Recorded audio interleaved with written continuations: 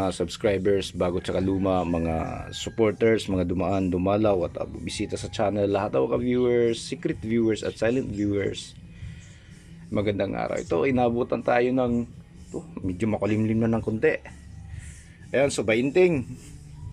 Ito, hindi naman kasi gaano akong gumagawa ng mga washing machine dahil nga medyo ewan ko, dati noon pa yung mga ginagawa ko nung dati, mga electronics lang, pero pagka mga ganitong mga analog hindi gaano nagkukumpuni.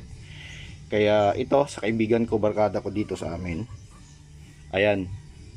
Okay? So iba yung gumawa nito dati at wala na yung ayaw na umikot yung spinner niya, yung kanyang tawag nito wash, ayaw na rin.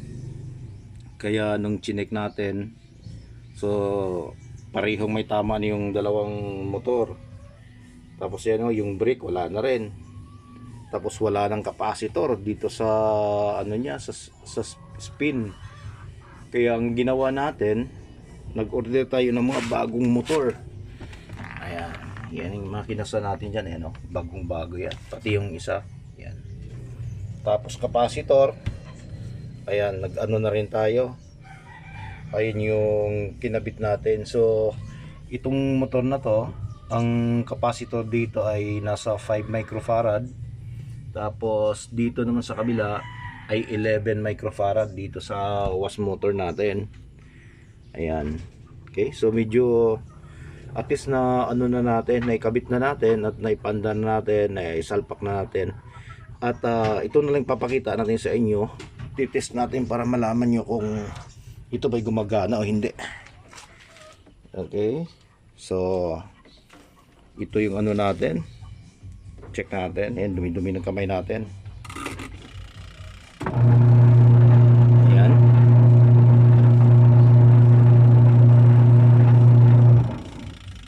Tapos reverse. Okay, gumana na siya. Tapos dito naman sa spinner natin,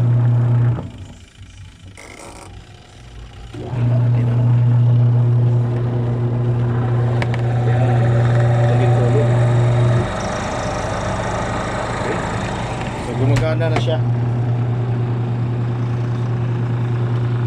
Iwan ko kung anong mga pinagkukundim nila dito, pati yung switch dito sa door switch niya wala na rin.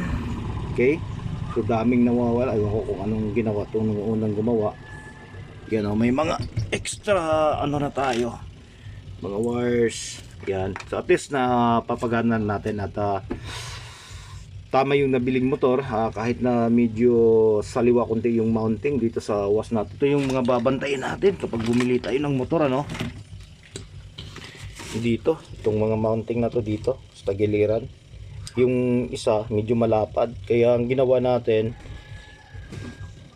naggumamit tayo ng file para mabawasan yung dito at sumalpak sa kanyang mounting. Kasi hindi siya talaga salpak dito dahil nga medyo malapad siya ng kunti. Okay? Pero yung dito, lahat, yung height niya, so tama. Dito lang siya nagkakatalo. Ayan. Okay? Tapos, syempre, hindi siya madaling ikabit dahil iba na yung kulay ng wire. Hindi katulad nung sa original talaga niya. Pati dito, sa wash, tsaka sa spin, hindi pareho. Kaya medyo matrabaho ng kunti. Okay? So ayan, at least napagana natin at yung nabili nating motor ay gumagana na ng normal. Okay, so ito lang muna yung natin ngayon araw na to. At abangan nyo na yung mga susunod na video natin. So maraming salamat, God bless at bye bye.